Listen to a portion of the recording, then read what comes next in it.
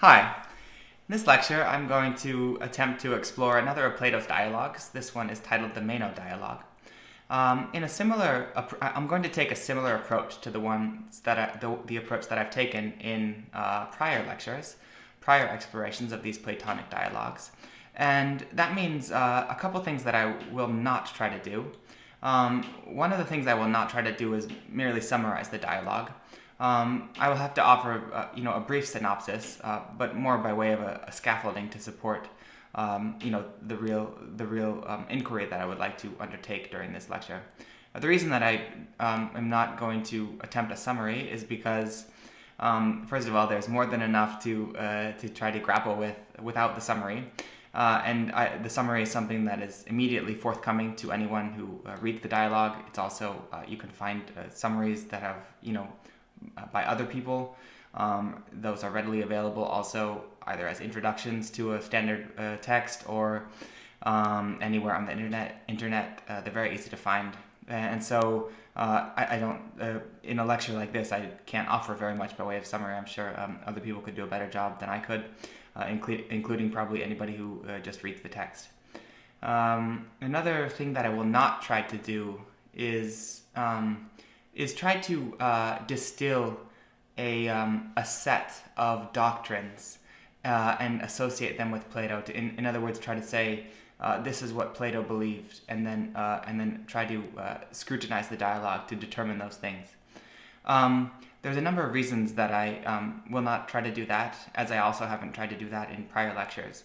One of the reasons is because it's a very common and standard approach, actually. And so once again, if that's what somebody is interested in, that's not difficult to find.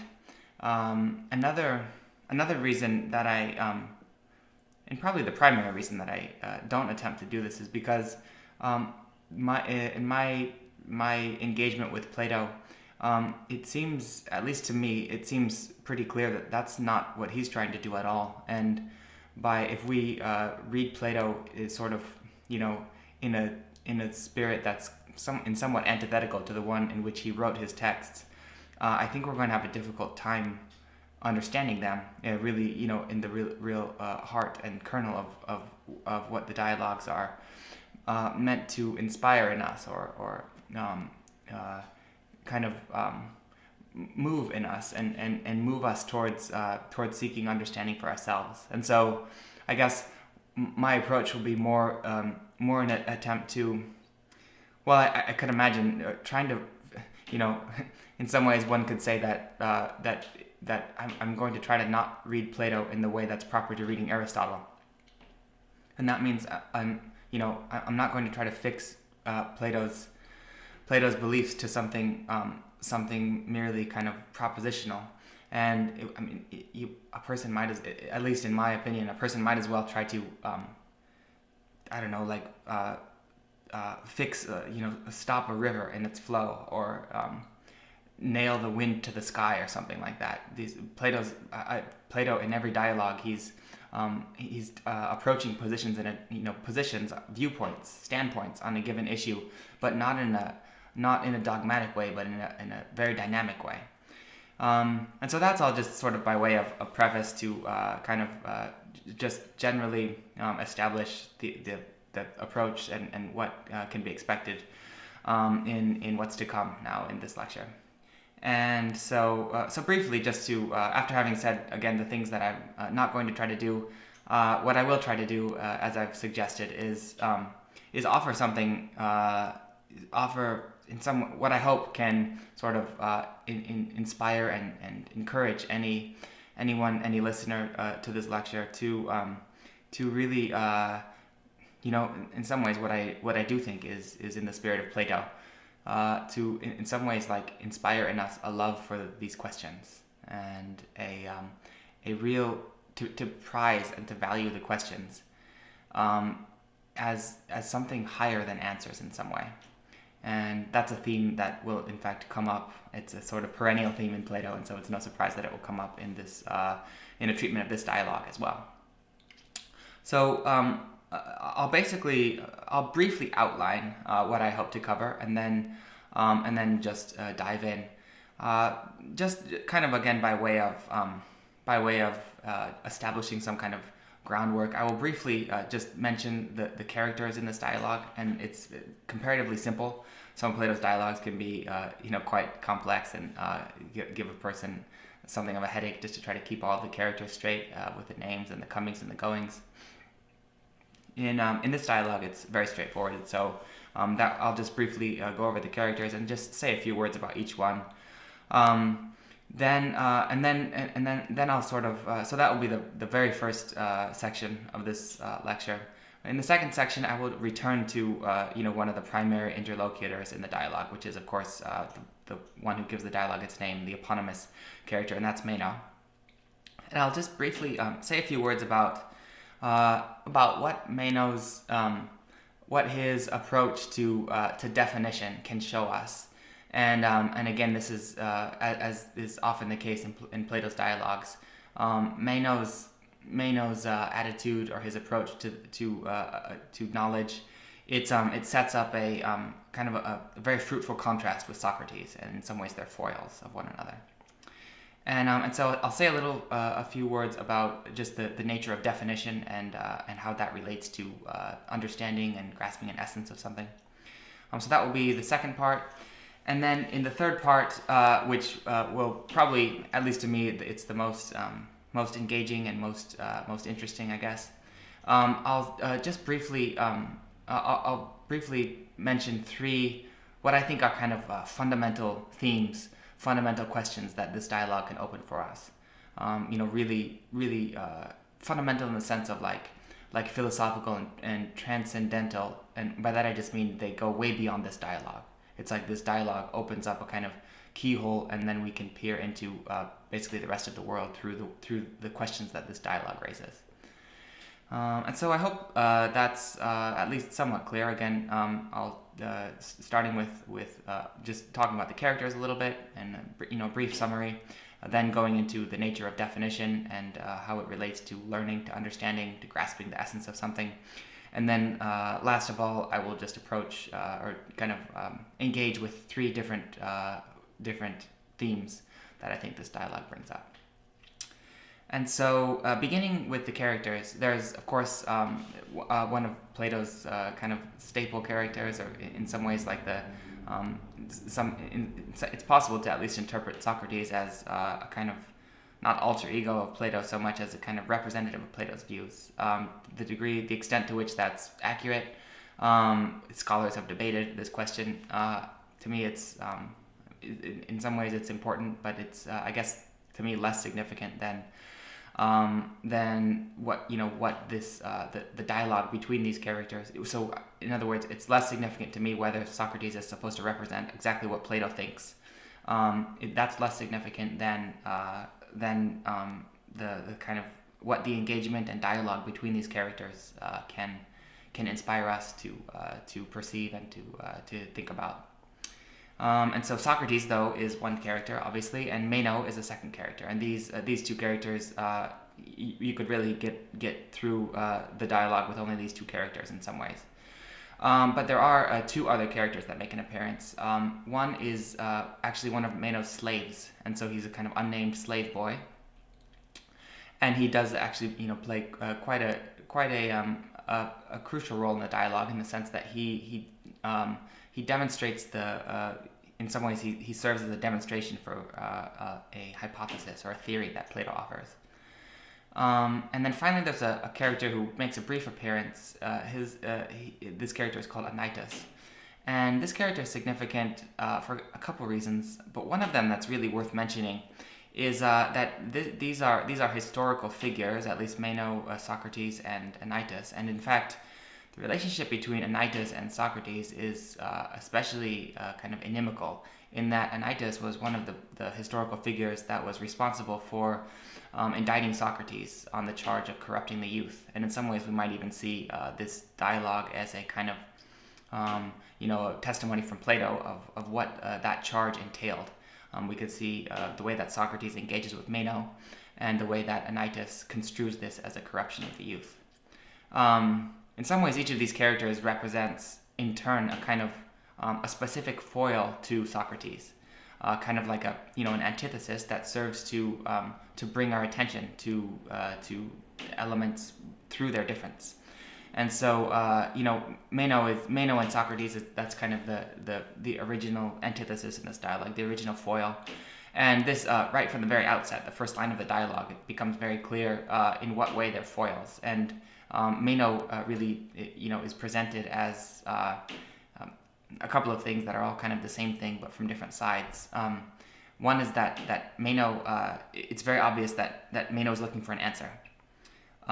He's not really, what he's not looking for is kind of like, I guess, the understanding that would ground an answer, that would give value to an answer. And that kind of understanding that gives value to an answer is always in the kind of periphery or the question that makes space for the answer. And, as Plato has suggested, or at least I've suggested that Plato suggested, the question in many ways is much more fruitful than any answer that could possibly come from it, any single answer. And in some ways, the idea that there could be an answer, like a single answer, to a question like the ones that are posed in these dialogues, in some sense, that betrays a misunderstanding of what's at stake with these questions and these themes in the first place. One thing that the foil, the contrast between Socrates and Meno illustrates is kind of different conceptions of what knowledge is. Plato's a kind of, Meno, he almost, it's as though he's looking to fill his pockets with knowledge, and so he's going from one so-called teacher to the next, trying to just glean as much as possible, again, so he can kind of fill his vaults or stuff his pockets with different pieces of prepositional knowledge. And Socrates immediately picks up on this, and he kind of alludes to this fact over and over again, making comments like, Meno, virtue or knowledge or virtue should be whole, should be WHOLE, whereas here you're trying to give it to me in pieces or turning it into pieces. And this is a symbol or an allegory for the way that Plato understands kind of like being itself, which is that it's he actually uses this term later in the dialogue, syngenous. And syngenous means it's of a common, genus is like Genesis or origin. Genesis it means origin in Greek. And the idea that it's syngenous, it means everything shares in a common origin, like everything is in principle united. This is a theme I'll return to later. But just to illustrate this contrast, Meno treats knowledge not in that way at all, but rather as a kind of something to be collected, like a heap, rather than a coherent unity. So the difference between a heap and something, well, in the dialogue, actually, Plato gives a metaphor for this, and Socrates says that Meno is treating virtue, which is the specific question of this dialogue, the nature of virtue. Meno is treating it like a swarm of bees, and that in some ways it sets up an implicit contrast. Like a swarm of bees is kind of, that's when the harmony and the coherence of a colony of bees, it kind of breaks down, it disintegrates, and they become a swarm. And this is their different views about what kind of thing knowledge is. For Meno, it's a kind of quantitative thing where you would just amass as many atomic pieces of knowledge as possible. For Socrates, again, it's a question of coherence, and the idea that in some ways, in principle, everything is related, and the ascent to knowledge is kind of an ascent in being able to perceive or achieve insight into that coherence. In a prior dialogue, this has been compared to a kind of ascent, where one achieves a higher vantage point and is able to survey an entire landscape, rather than kind of being only confronted with what's right in front of one's nose, so to speak. And so this is one way that in a very important, very essential way, in which Socrates and Meno serve as foils to one another.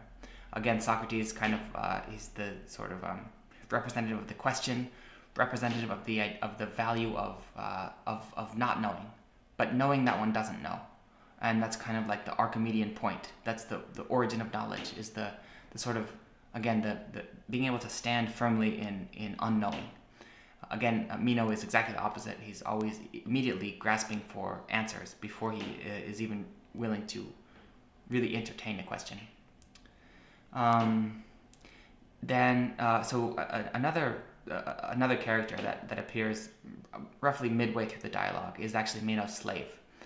And it comes after something of what is maybe seen as the kind of turning point or the climax of the dialogue, which is the famous Manos Paradox. And that's something that I will get to a little bit later in this lecture. But basically the slave in some ways serves as a foil to Socrates. But maybe more importantly, he serves as a foil to Meno. Meno is kind of, and Socrates even alludes to this, Meno, in some ways, he imprisons himself in his own conceits. Once again, this is a very familiar, if not perennial, theme from Plato's dialogues, probably most memorably presented in the Republic, in the famous parable of the cave, in which prisoners of the cave they bind themselves and fetter themselves.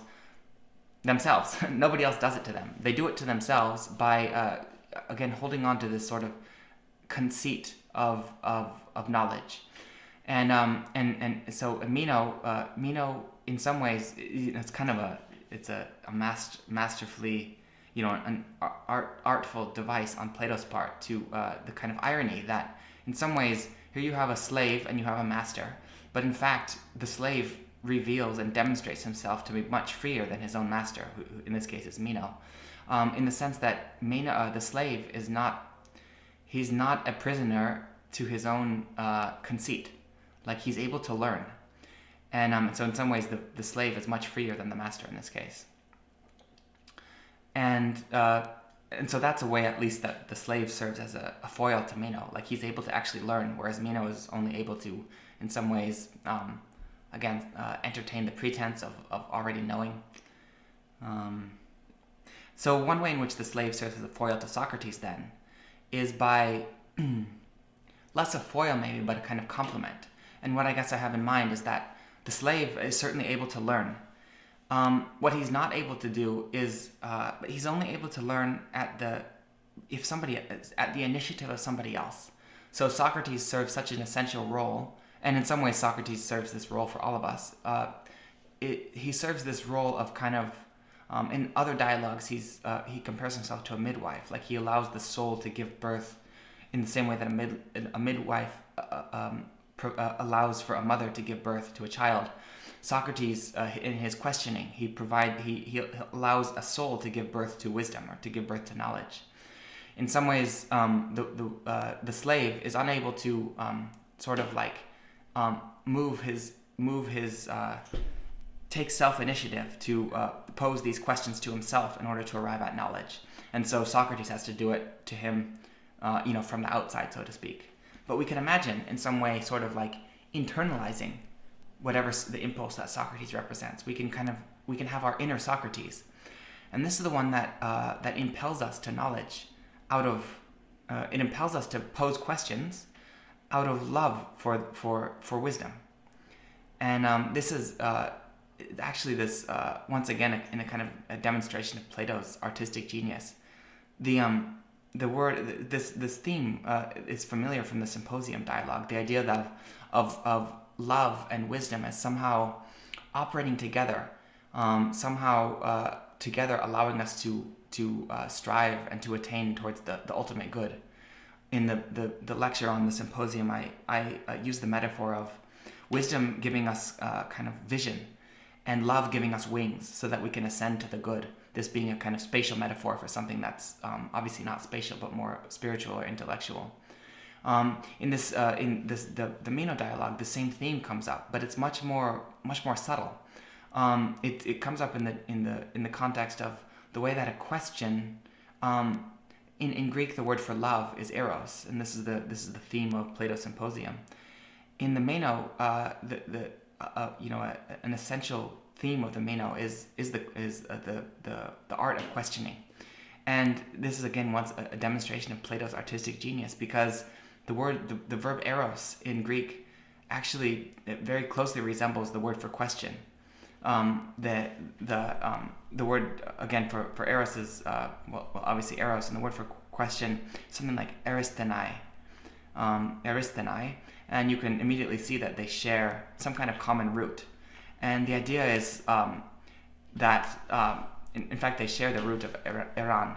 So erestai means to question, and eros means to love, eran means to love, and it might seem like a mere coincidence, but in fact, if we consider it for a moment, it's very clear that a question, in just the same way that a love for something, it draws us towards it, or we are kind of we strive towards it, in the way that a flower might strive towards the sunlight. When we love something, we wish to approach it. Again, this is the kind of the image of the word philosopher in the first instance. In the same way, a question kind of it's a sort of it's love in the way that a question it also initiates for us. It initiates a quest, and that quest is nothing other than to approach or to strive for or to incline towards this object of our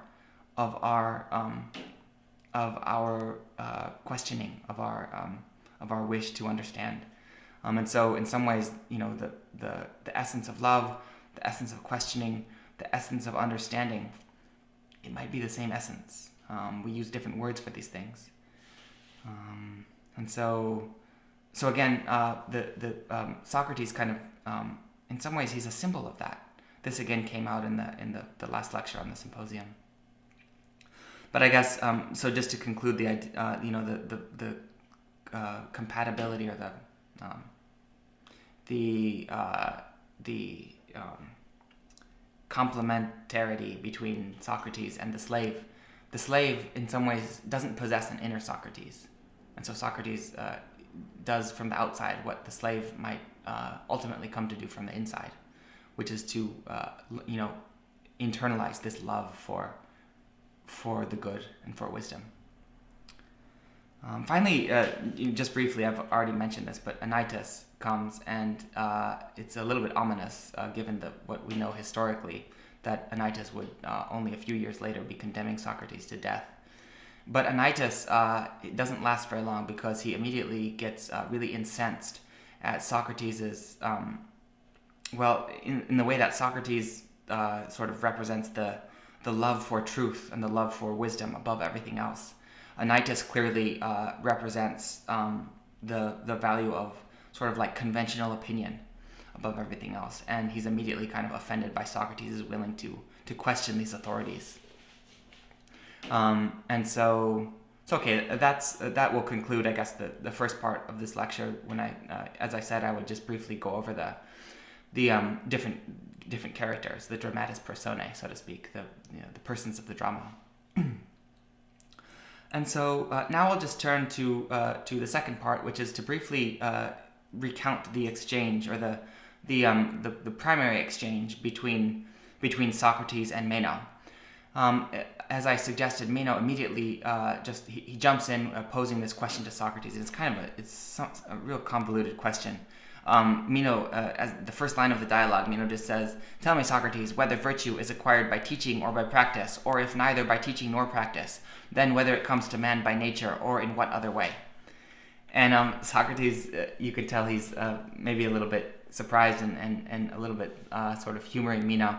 And it's in some ways a question like that. It's probably a rhetorical question anyway. Like it sounds like Meno already has some pretty specific ideas, and he's just again kind of trying to add Socrates' answer to his repertoire of this question about virtue.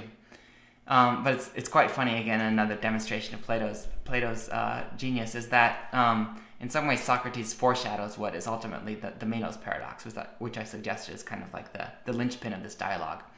But Socrates sort of points out to Meno, it's like, what good is it going to do if you learn this about virtue unless you actually know what virtue is? And he's kind of hinting at the fact that Meno might really not have a good idea what virtue is.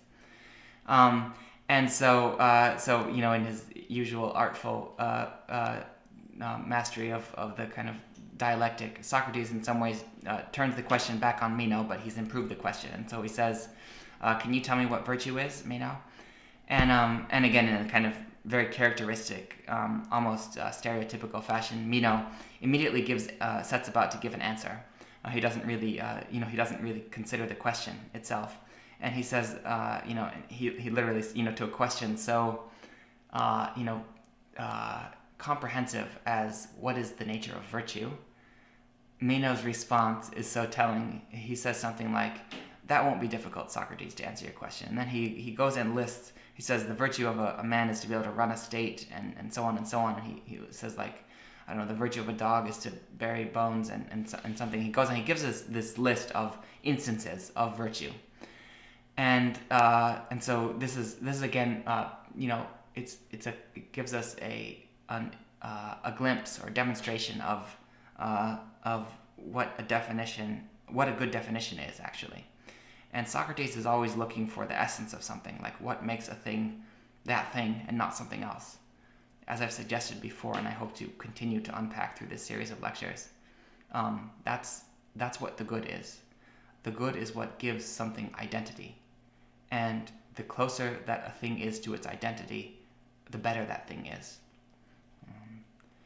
But in any case, Socrates that's what he's looking for always when he poses a question like this. And his interlocutors often, they kind of dance around the question without really pausing to try to grasp what the question really is. So again, Meno immediately offers these different instances of virtue. Socrates points this out to him, though. He says something like, what if I asked you, Meno, what is shape? And you said triangles are shape. And obviously, no, triangles are a shape, but they're not shape itself. Shape itself is something different. And so that's the kind of answer that Meno gives. And Socrates, continues to encourage Meno to go further. Meno, he tries again, and he says, and it's some kind of an improvement from the first time, because after a considerable amount of dialogue, Meno finally says, well, courage and prudence and a number of other things, that's what virtue is. And once again, we can see that it's somewhat of an improvement, because he's not just giving specific instances of again, the virtue of a man is to do this, the virtue of a woman is to do this, and so on. Instead, he's giving something like maybe a good way to say it is examples of virtue, rather than, so first he's giving instances, then he's giving examples of virtue, or kind of like kinds of virtue.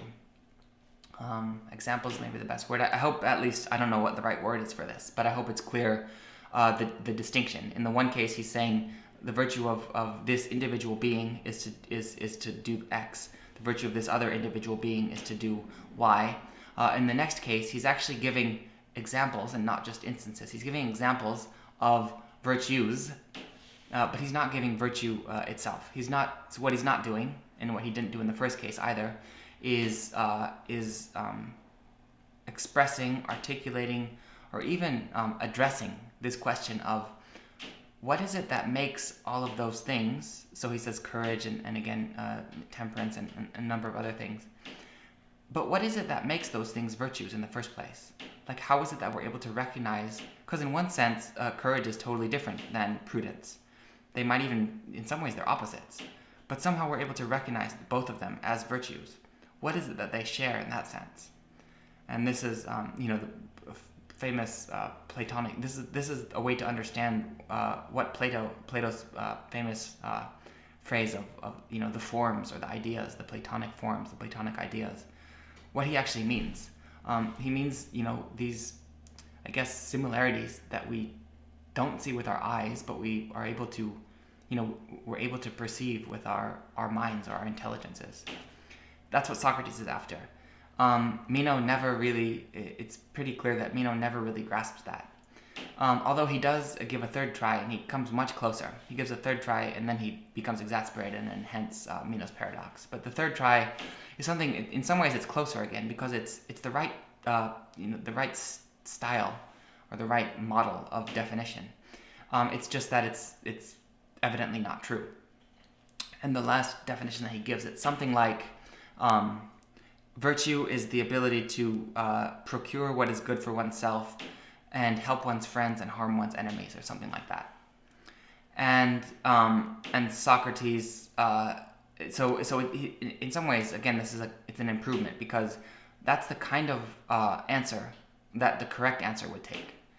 But it can't be correct, and the reason is Socrates exposes this, and this actually forms most of the latter part of the dialogue, which I won't end up talking about that much, not because it's not interesting or important, but it's somewhat peripheral to what I take to be the primary themes of this dialogue. In some ways, I already think that's not quite accurate, but in any case, the Socrates just kind of helps Meno to see that that's not an adequate definition, and the reason it's not an adequate definition is because if it fails to differentiate between what seems good and what actually is good. And if we think that virtue only means attaining and procuring what is good, without questioning how we are able to discern what is good in the first place, this is to say something like power, or power without knowledge, the power to attain the good without the knowledge of what the good is. Maybe that's a good way to expose the deficiency in that kind of definition. Plato, again, this is somewhat of a perennial theme in Plato, but it's much better to seek the right thing, to love the right thing, than to get what you want. Then it's much better to want the right thing, to know what the right thing, what the good is, to know what's actually good, to know what the good is. It's much better to want the right thing than to get what one wants, because in the first case, one might be wrong. One might wish what seems to be good, but what actually isn't. And so this is this is just a way that Socrates kind of actually succeeds in exasperating Meno, because Meno finally says, Socrates, and he poses, he doesn't quite recognize it, but it's a real kind of a something of a it puts a hitch in the whole dialogue, because Meno says, well, Socrates, you said yourself you don't know what virtue is, and then but here you're inquiring and being an inquisitor towards me about it. How will you even know if I get the right answer if you yourself don't know what it is? And it's a typical statement from somebody who, again, is kind of has his feet planted in the answers, like only terra firma, only the sort of like firm answers, and is not willing to like Socrates, kind of swim in the ocean of questioning, because obvious that well, let me just state the paradox. The paradox is that in the one case, it's impossible to learn what virtue is, because you won't recognize it if you don't already know what virtue is. How will you recognize it when you see it? That's the one horn of the dilemma. And the second horn of the dilemma is if you already know what it is, then you can't learn it because you already know it. And in some ways it's funny, because Meno kind of represents the second thing, where he can't learn it because he thinks he already knows it. In the first case, Socrates, though, it's a little bit different, because Socrates says he doesn't know, but in some way he loves it, or he loves he's opened up this question, and so in some way he well, I guess the paradox is a kind of sophistical paradox, because we somehow we know it's not true. It might seem true, but we know it's not true because evidently we're able to learn things. And so the question is not it's not to doubt whether we're able to learn things, but it's rather to say what's going on with, why does this appear to be a paradox? And Socrates, this is very interesting, because there's sort of transition here, and Socrates, rather than trying to argue with Meno in a kind of sophistical way and go back and forth and point out like equivocations about already knowing something, instead what he does is he gives a myth in the same way that he's given other myths. And there's something about the moments or the occasions in which Socrates gives a myth that it kind of, how would I say this? there's always a feeling that Plato is very respectful of. In the one case, he prizes articulation and expression and verbal speech, logos, speech, verbal speech, very highly. But he's also he also has like one foot in the other world, which is the kind of the world beyond what is the ineffable, which can only be kind of hinted at or pointed to by way of symbols. And this is again, it's a theme that we've explored in probably most notably the parable of the cave. But the myth that he gives is, he says, and this is sometimes called the myth of anamnesis. Amnesia is an English word, but it comes from Greek and it means forgetfulness. And so this myth is anamnesia, and so it's like unforgetting, knowledge as unforgetting, knowledge as recollection. So Plato says there was a time before the soul took birth in a body where it knew everything. And it might seem impossible. It's like, how could the soul know everything? But the reason that it might seem impossible is because we might be inadvertently approaching knowledge with the concept of knowledge or the theory of knowledge that Meno represents. And it might be best not to think of knowledge in a quantitative sense, like in terms of, again, atomic propositions, that you could just list and list and list and list. Rather, knowledge as a kind of, a qualitative knowledge, which is something like insight into unity, into coherence. If you know for example, if you have a favorite story or favorite novel, if you know the story by heart, you don't need to in some ways like list every word of it to know it, because you've grasped its unity. In some ways you can retell it from this kind of kernel, but not in a spatial sense. Kernel in the sense of like what's prior, not so much in time, but in principle. And this is this is in some ways, thinking about memory like that can maybe serve to, as I suggested at the beginning of this lecture, it's, at least to me, engaging in Plato's dialogues, the most fruitful thing has been to rather to kind of like quibble about whether I think he's right or not, and dispute the answers that he gives, rather just approach it in this way, to say like, how can I understand this issue so that what Plato says, and not just Plato but anybody, it's kind of in my I believe this is in some ways like a something of like a postulate, or it's a precondition to understand something. You have to assume that it's right, and until you've assumed that it's right and then understood what's at stake, then after that you can certainly dispute it and argue over it.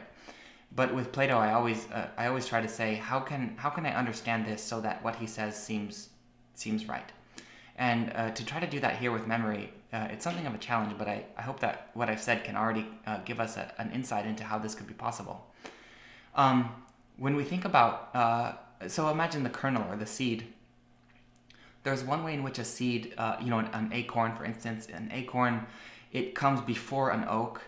And if you have an oak, then by analogy, you would remember the acorn that came before. That's one sense in which there can be something that's prior. And again, memory is always, it's reaching back to what's prior. And so that's one way to think of recollection. We reach back to what is before, what is prior. But there's at least two different ways something can be prior, something can be before. One is in time, and so the acorn is before the oak. But there's also, plenty of things are just kind of circumstantially prior in time. Like, I don't know, the assassination of Julius Caesar was prior to the oak. But it's not clear there's any kind of essential connection between those two things. And so, but there's another sense of prior. And that is that one is distinctly a sense of logical priority, or prior not in time but in principle. And so this wouldn't make sense to say Julius Caesar's assassination is prior in principle to an oak. In fact, that's demonstrably wrong. And so there's two ways to think about memory here. And I think this can show us the kind of secret unity again between memory and knowledge, which is that when we reach back to what is prior in our memories, again, one way we do this is in time, but we do the same thing when we're reaching back, not in time, but so not temporal priority, but logical priority. So it's not in time, but in principle. And when we grasp the causes of something, or the grounds for it, the reasons for something. And again, the acorn and the oak, it serves as a demonstration of this. The acorn, it's prior in time, but perhaps more importantly, it's prior in principle. Like the acorn precedes the oak in principle. And by analogy, we could imagine that for everything that we encounter, but in order to understand that object that we encounter, understanding consists in being able to reach back in our recollection, reach back to the causes of that thing, or the grounds of that thing, the kind of the unity from which that thing went forth. And again, it's a different way of thinking about the world, but I'm just going to quote this delightful phrase from Carl Sagan once again, which is in order to make an apple pie from scratch, you would have to first invent the universe. And again, in some ways, this is how things are. Like again, the apple, eons of planets careening in their orbits in outer space, and the birth of elements out of the furnace of stars, millions of years ago, and the sun.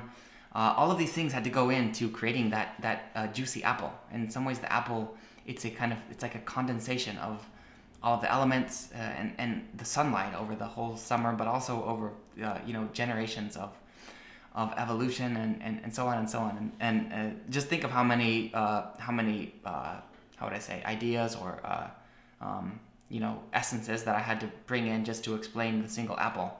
That's not to mention all of the ingenuity behind traditions of making apple pie and so on, like cultural knowledge. And so again, every object that we encounter is actually a kind of like nodal point or nexus point for everything else. Everything, it's kind of like a nodal point of all being. It's like the universe expressing itself in this specific object. And that's at least consistent with Plato's view about knowledge. And this again comes back to the word syngenous, which means something like a shared origin, a shared birth. And so, on the one hand, it might seem like it's kind of a stretch to imagine that that memory is something. How would I say? That knowledge comes by way of that. Plato's myth about a kind of omniscience that we then forget, but then gradually recover or recollect through learning things. So learning things is Plato setting up an identity between learning things and remembering those things. And so on the one hand, it might seem like really a stretch, but on the other hand, I hope that what I've said has at least kind of offered the suggestion that maybe it's actually it's closer to our experience than it might seem, and maybe in fact it's just true. And there's another element to consider, which is the feeling of, for example, suppose you forgot your friend's birthday, and you're trying to think of it, and then you say, Eureka! I got the birthday, and it comes to your mind, and it's October 4th or something, and so there's an experience though, which is the aha moment, the epiphany moment. And something where and it's hard to describe that experience except to call it the aha moment. But if we think about how the experience is, we will immediately recognize its kinship and maybe in fact its identity with that sort of moment of insight. And I sort of suggested this already by saying something like Eureka. That's the famous phrase from Archimedes when he discovered the displacement of water in a bathtub. He's not remembering something in our usual usage of that term. He's achieving insight into something. There's another, and so, these things might not be so different as they seem. We might ask the question like, okay, well, I think I know all these things. Well, where are those things when I'm not distinctly thinking on them? like I know 1,000 things, but where do they go when I'm not thinking about them? Somehow they're there. I'm able to recall them when I need them. But again, we don't, knowledge, in some way, knowledge and memory, they're the same thing. That's what Plato's at least suggesting with this myth. There's another great, from Helen Keller's autobiography, she doesn't allude to Plato or anything, but in some ways she kind of suggests exactly the same kinship, if not identity, between memory and insight. She describes briefly, this is from chapter 4 from her autobiography, she describes basically the moment in which language, this epiphany into the nature of language, and specifically with the word water. She writes, she and her teacher, we walked down the path to the well house, attracted by the fragrance of the honeysuckle with which it was covered. Someone was drawing water, and my teacher placed my hand under the spout. As the cool stream gushed over one hand, she spelled onto the other hand the word water, first slowly, then rapidly. I stood still, says Helen Keller, my whole attention transfixed upon the motions of her fingers. Suddenly, I felt a misty consciousness as of something forgotten, a thrill of returning thought, and somehow the mystery of language was revealed to me. And so again, she's suggesting she's pointing to what is a fact, which is that there's a very close, again, if not perfect similarity between the feeling of remembering something and the feeling of learning something really new. And so somehow it's new, but maybe it's timeless. Maybe the way to think about this is it's neither new nor old, but it's again, like I suggested, there's two ways something can be prior. One is in time, the other is in logic, and logic is the logical priority. It's neither new nor old because it's not really it's not in time, and so maybe this is quite a. I hope something that I said can at least maybe spark some kind of insight into or vision of this similarity, and maybe we come away knowing a little bit, understanding a little bit more about knowledge and about memory as well. There's one last thing to think about, which is just as lends support to this idea of some kind of like tacit omniscience that we, by degrees, come to recollect. And again, this is Plato's myth, and it seems fantastical. But it's at least to me, the more that I think about it, in fact, the less I think about it, the more fantastical it seems. And the converse also holds. And so here's just one way I'll suggest, one final way to suggest, give a little bit of a defense, at least an apology for the idea that again, knowledge, in some way, there's a prior unity, an anterior unity of omniscience that then kind of fractures, and then we gradually, though, by degrees, come to arrive at that unity again. And this is the idea that thinking of all the things that you know, even if you want to give a name to again, like a coat tree or something, you encounter the thing, and you have to somehow draw on your memory to call it for what it is. That's relatively banal, not very interesting until you think about it again, and then you realize somehow you're going back into what is prior in your memory. You're going back, and the question is how do you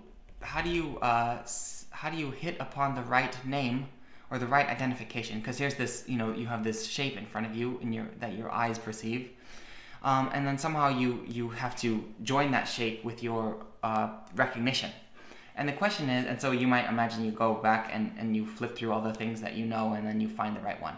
But the question is, how do you know the right one when you hit upon it? How do you know not to call it a footstool? It's just arbitrarily, I thought of a clothes tree, and then you could think of other things. How do you know, the right so-called label to select?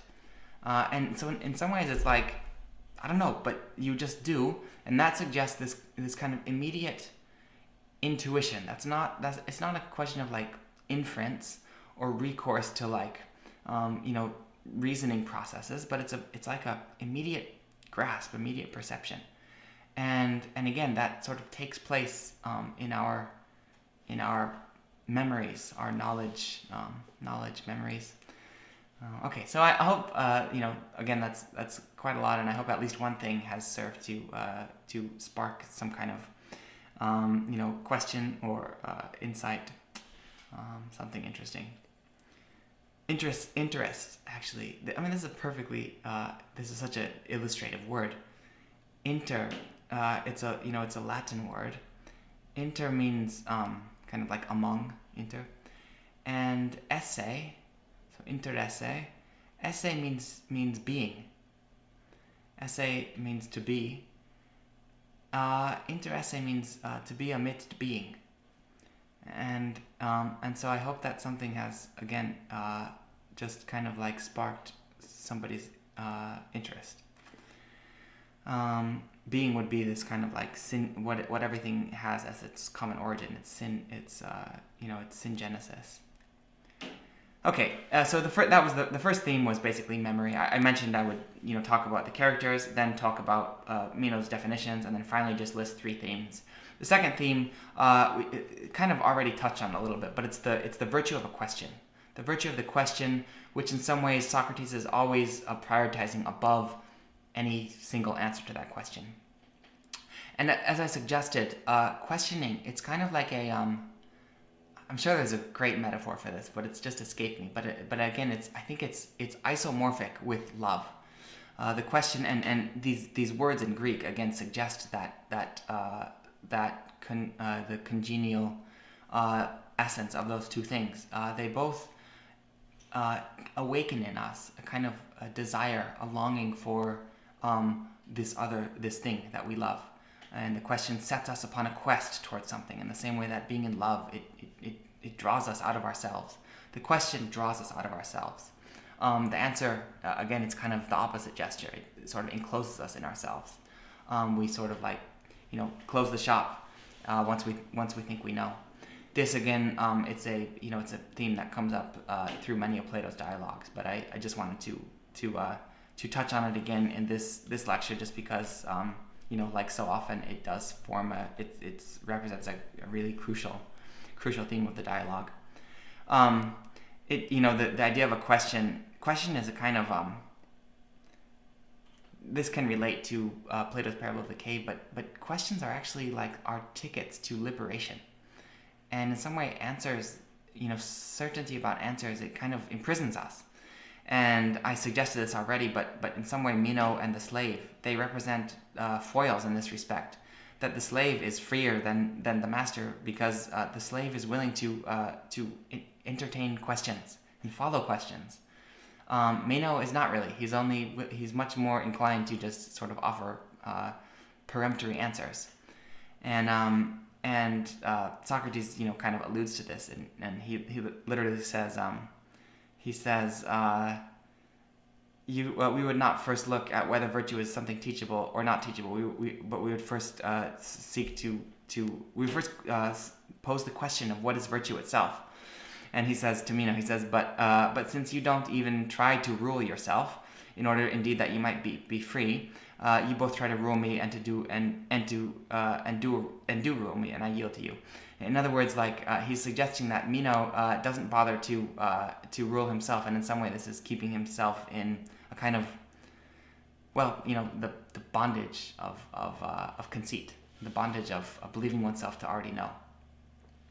Again, both the slave and Socrates, they represent foils to Meno in this respect. So I said that I had 3 themes, and the final theme is, the first theme was the nature of memory, of recollection. The second theme was very briefly, but the virtue of the question. The last theme is the nature of the good, and this is something that there's so many different aspects to this, so many different sides. And so I just wanted to illuminate the aspect of the good that the Mano Dialogue emphasizes, and that's the idea that the good is in principle what people do, and what people love, what people do, and this is a critical point that Socrates repeatedly brings up, which is that no matter what, people do what they think is good, and this itself, the perception of this fact, the fact that we're always doing what's good, and if you just, this is kind of like, it's not something that's really up for debate. It's something that you just perceive. It's self-evident, and you might ask, why do I do any single thing rather than infinite other things I could have done at any moment? And the only way to understand that in a coherent way is to say, well, without thinking about it in these terms, but for some reason I thought this was the goodest, the best thing that I could do at this moment. And you don't have to wonder like, well, I want. The fact that you did it is the kind of ultimate demonstration of that fact. And if you thought something else was better, that's the thing you would have done. Yeah. And so just a recognition of this, then especially Socrates is repeatedly emphasizing this fact that it should, if we are, if we love the good, if we really love the good, and not only what seems to be good, then we will do everything in our ability to advance ourselves in wisdom, so that we're able to make that precise discernment, and we're able to recognize what is truly good from what merely seems to be good. Yeah. And there's a brief exchange that I'll just read to conclude this lecture between Meno and Socrates that I think is especially illustrative of the way in which I guess like the importance of the good, and in fact the supreme importance of the good. It's like it's what it's kind of like it's what determines our lives themselves is the good, and our perception of the good or lack thereof. Socrates says, "Are there some who desire the evil and others who desire the good? Do not all men desire the good?" And Meno says, "I think not." And Socrates says, "Okay, then there are some that desire evil." And Meno says, "Yes." And Socrates says, "Do you mean that they think that evils which they desire to be good? So is what you mean that they think those evils are actually good, or do that they desire evil things and as evil? Do they desire the evil things as such, like knowing that those things are evil and still desire them?" And Meno says, "Both, I think." Socrates questions him again. He says, "Do you really imagine, Meno, that a person knows evils to be evils and yet desires them notwithstanding?" Meno says, "Certainly I do." And Socrates says, "And by desire you mean it's a desire to possess them?" And Meno says, "Yes, a possession." Socrates says, "And does the one who desires those evils think the evils will do him good, and that's why he desires them? Or does he know that the evils, does he know the truth, which is that the evils will harm him?" And Meno says, "There are some who think that evils will do them good, and others who know that they will do them harm." And Socrates says, "Well then, in your opinion, do those that think that they will do good, that those evils will do them good, know that they are evils?" And Meno says, "Certainly they don't know they're evils." That's kind of self-evident, right? And Socrates then points out this, this conclusion of this self-evident conclusion. He says, "Is it not obvious that those who are ignorant of their nature do not desire them, but they desire what they suppose to be good? So those who are ignorant of the nature of these evils do not desire those evils as such, but they desire what they suppose to be goods, although they are really evils. And that if they are mistaken and suppose the evils to be goods, they really desire goods. So they desire what they think is good, and in this case, they're just mistaken." And so I hope that shows, in a way, good it's a definition. By definition, it's what people desire. And so the idea is like to be able to to recognize the proper examples of that definition. Another word for definition is meaning. So good means something, and we don't want to be mistaken by misapplying the meaning of good to something that's not good. And this, in some ways, it's for Socrates at least, that's in principle the essence or the meaning of philosophy itself. It's to be able to it's to achieve the wisdom in order that allows us to discern what seems to be good, what merely seems to be good, from what is truly good in itself. So that's probably a good place to stop. I hope that this lecture has served to kindle interest in somebody who has listened to it, and so that will be that's all for me for now, and so farewell until the next time, and best wishes until then.